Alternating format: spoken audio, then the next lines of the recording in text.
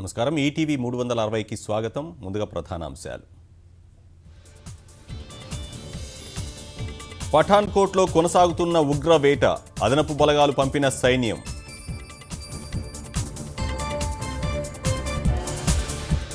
ఉగ్రదాడులపై ప్రధాని మోదీ ఉన్నత స్థాయి సమీక్ష, రక్షణ మంత్రి పారికర్ భద్రతా సలహాదారుతో చర్చలు.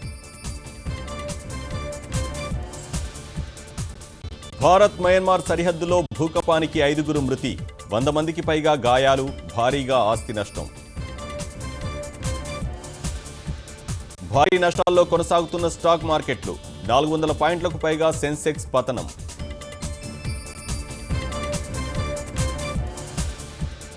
ఆకలి చావులు లేని సమాజమే ప్రభుత్వ లక్ష్యమన్న కేటీఆర్, రంగారెడ్డి జిల్లాలో ఆధునిక వంటశాల ప్రారంభం.